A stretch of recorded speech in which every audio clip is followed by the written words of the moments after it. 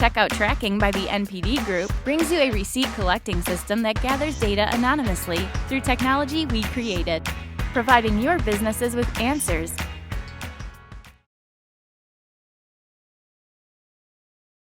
Difficulties, but welcome to The Right Mix, balancing logic and chance to create compelling puzzles. I'm Layton Hawks, a designer at Halfbrick. I'm going to buzz through this. I've worked on Fruit Ninja and Jetpack Joyride live ops, and I've also been on the full development team of both Fish Out of Water and Bears vs. Art. Today I'm going to be talking, giving examples from Bears vs. Art. So a quick overview of the game. It's a free-to-play, level-based puzzle game. You play as Rory the bear as he rolls around in the gallery, and of course bears don't like art, so you have to destroy all the art in the level. It has move limits and time limits that we introduce, and obstacles that increase the difficulty.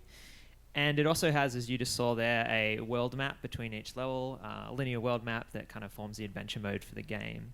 Spent roughly a year in soft launch and a year in development, and it was released worldwide in April. And it was really a group effort, so thanks to the awesome team I have.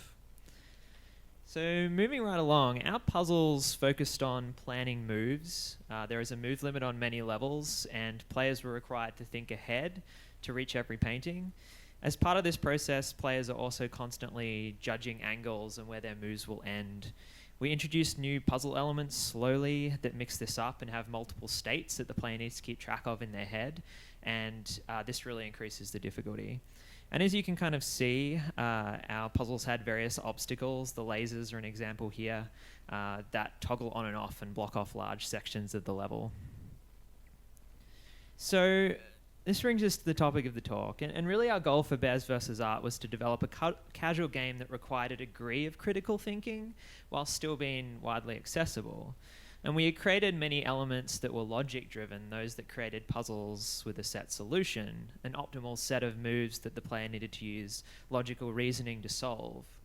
And logic creates predictability and focuses heavily on player decision-making and proper planning before you start a level.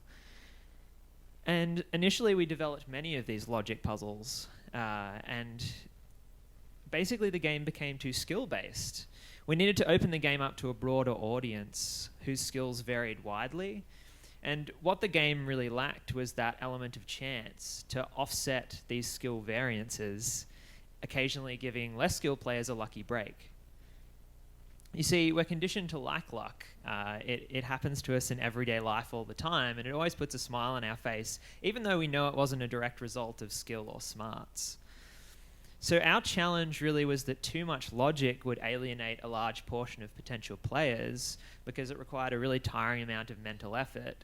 But too much chance would lessen the satisfying mental reward that you get for exerting skill and mastery over a problem. So in Bears vs. Art, for us, it was really about finding the right mix and of balancing the tension between these two elements, harnessing both their benefits and minimizing their downsides. So this kind of brings us to what this talk is about, and it's about the journey we took with adding chance into our game, because it was a really logic-driven game. We wanted to add chance in. From doing it wrong to doing it right, or at least a lot better, and finding a balance between those two. So let's dive right into doing it wrong. And I'm going to take you way, way back in Bears vs. Art's development timeline now and talk about spikes. So here you can see the original prototype of the game. In this version, spikes were our first attempt at adding chance. And how did they work? Well, each time the player moved, the spikes would simply pop up at a location that they could be active in out of the possible in the level. And they would basically pick a spot at random. Now, after we implemented these spikes, we ran numerous playtests, which we find an invaluable process, like many others. And something was wrong. Playtesters really hated the spikes. So the team formed a hypothesis that players were getting increasingly frustrated at failures and obstructions caused by them. That's kind of natural to think that. So now for some psych stuff to help us understand what was happening. So even though this slide says some psych stuff, it's actually more psych stuff for me because I was raised by two psychologists. And I said to them, I'm never going to go into psychology as a career, but I ended up as a games designer, so go figure. So there have been multiple links drawn between frustration and aggression. Indeed, it even has its own named theory, which you may be familiar with. It's the frustration-aggression hypothesis. And this was proposed by Dollard, Millimore, and Sears in 1939. And it states that aggression is really just the result of blocking or frustrating a person's efforts to attain a goal. And then, a little bit later, in a classic paper published in 1979, titled Frustration, the Attribution of Blame and Aggression, citing research undertaken at Harvard University by Kulik and Brown, we found some really interesting conclusions that gave us valuable insights into the problems we were having. The key learning from this research was that frustration and aggression increase in what they call, in accordance with what they call the attribution of blame. Simply, this is where the blame lies when someone is obstructed or prevented in their efforts to attain a goal. So obviously this is really interesting to us. To note, the researchers used the word thwarting when describing what I've referred to as obstructions. But when they were describing the attribution of blame, they found that blame was most when the obstruction was deemed unjustified, when the person felt they didn't deserve it. Blame was moderate when the obstruction was deemed justified, the person felt they did deserve it. And blame was least when the obstruction was self-caused. However, this produced high levels of self-blame, but interestingly, more blame is always associated with other people rather than oneself. In addition, there was a very pertinent finding. Unexpected obstructions produced more anger and blame regardless of if they were deemed justified, unjustified, or self-caused. So armed with all this knowledge, we redesigned the spikes. So this brings us, excellent. This brings us to back to our actual full game now, not the prototype. And the redesign of the spikes really needed to deal with the frustration caused by them in an effective way.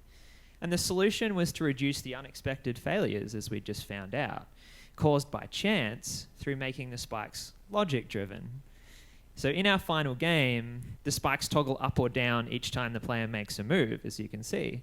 And in this way, you can completely plan out the state of the spikes at any given move as you move around the gallery, and they cease to be a chance-based element, So we validated this change again through further playtesting, in which we saw the spikes become some players' most loved puzzle element and completely drop off the most hated entirely. But of course, all of this meant we actually hadn't successfully added a chance-based element to our game. We just made another one logic-driven. But we had avoided using bad random where the attribution of blame from players is actually directed at the game. So this led us to our first major takeaway with this process, which is don't be random with your random elements. Duh. I mean, this seemed obvious after that. But in reality, this happens all the time in games design. You kind of go around in circles until you find knowledge you already knew. But realistically, to solve our issue, we just needed to get to the core of the problem. And it's very hard to balance logic and chance in a puzzle-like game, and really easy to upset that balance and frustrate the player. Players can easily experience when something chance-based is wrong or unfair, or just isn't right. And players are really good in that way of seeing through the mechanical workings of your design, seeing through the dressing, to the mechanical workings of your design. So this brings us to the second part of our process, which was doing it right, or at least a lot better. So given what we had learnt through exploring our failure with the spikes to add in a chance-based element, we started to form a new approach for this. And after all of this the solution was simple. We needed to manage the player frustration in an effective way. And to do this, we needed to carefully consider how to obfuscate and diffuse the attribution of blame so that players didn't blame the game or themselves to the point of giving up. So now I'm going to discuss 3 new elements that we added with this approach or we used to validate this approach really, and what the takeaways were from adding them. So the first of these is random paintings. Now these paintings are placed at random spots in the level, and they obviously inject a large degree of chance into those they are present in. At the start of every level that uses this, we shuffle the paintings and present a stop button that the player must press in order to play.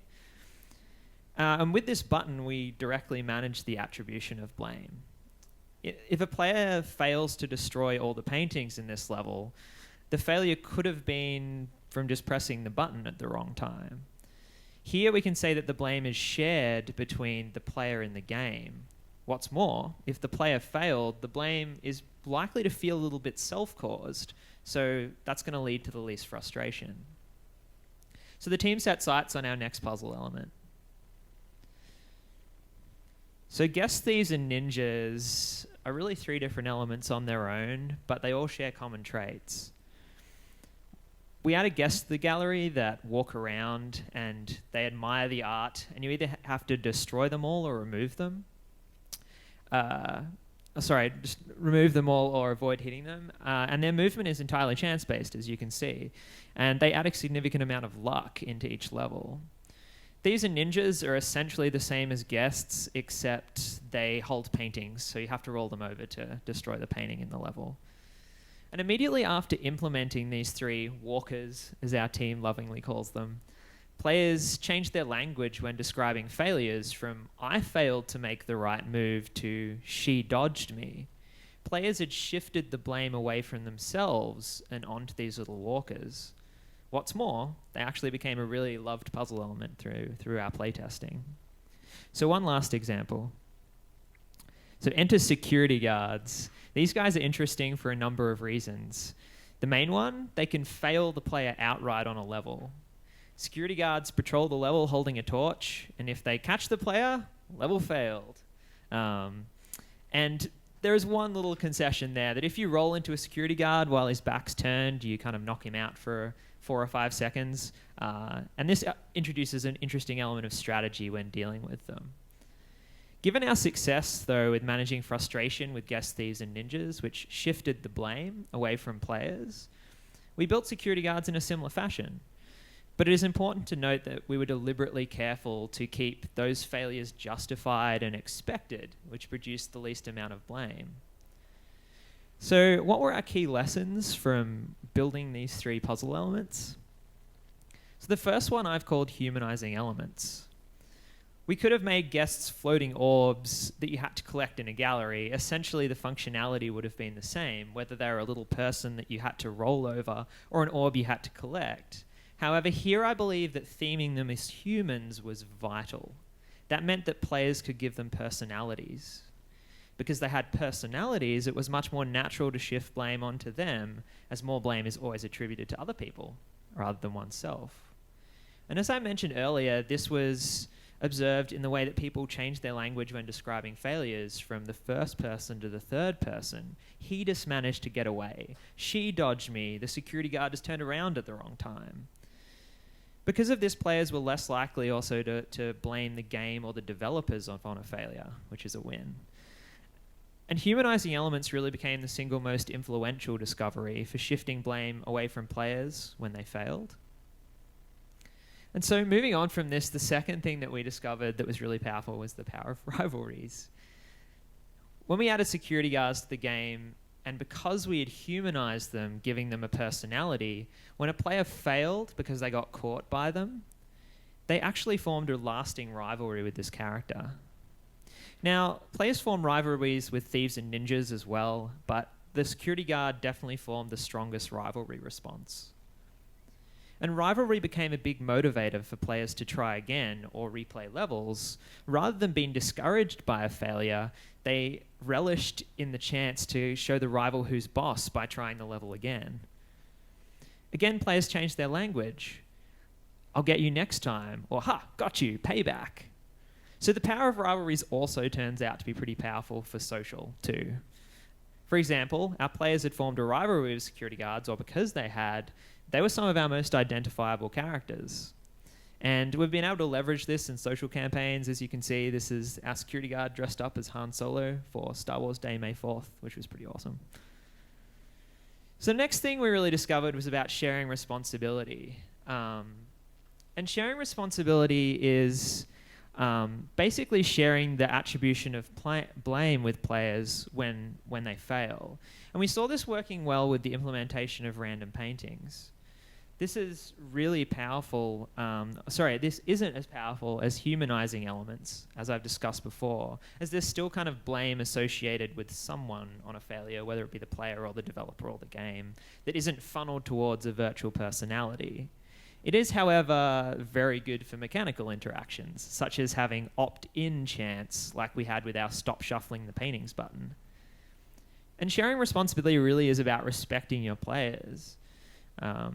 By allowing players to press the button in our game to lock the paintings into place, they were really entering into a visible agreement with me, the designer, that is an element that is chance-based and random. And because they had a choice in that, any failure or any blame associated with that failure was partially diffused. And sharing responsibility is a great backup we found for when, you can't humanize elements. I mean, we couldn't humanize a button, I don't think. So the last point I wanted to touch on is the trend we've seen in our levels with security guards. Players stick with the game through more failures when they're versing security guards on a level with a similar difficulty without them. And this makes some sense. Where a logic level left players feeling like they could never find the optimal solution, a level with some chance entices them back because their lucky break could be on the next try.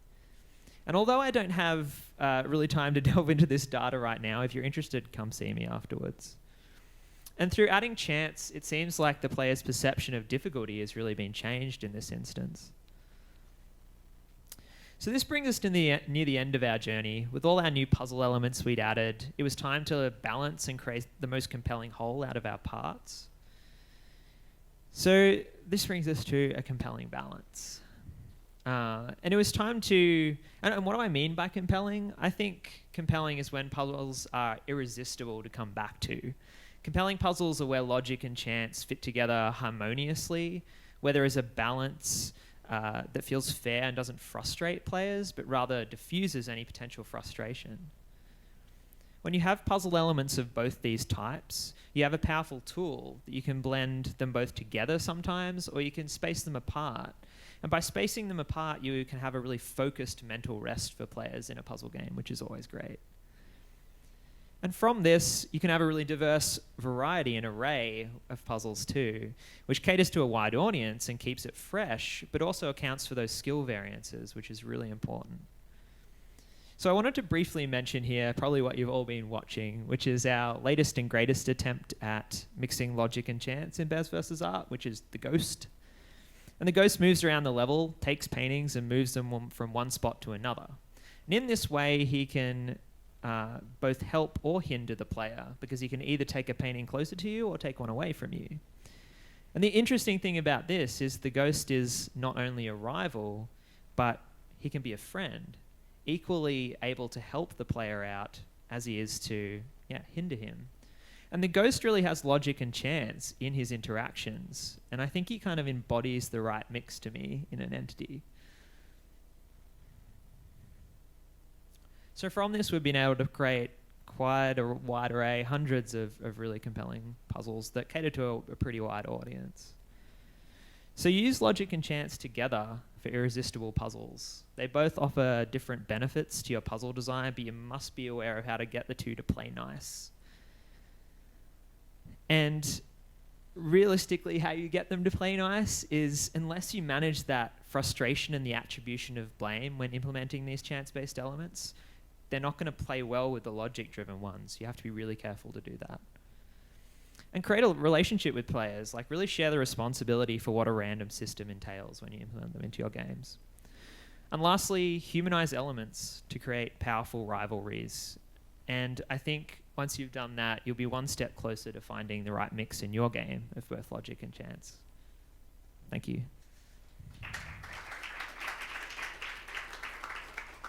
All right, I know we've sort of run into lunchtime, and I would encourage you all to definitely get something to eat. But before we go, do we have any questions?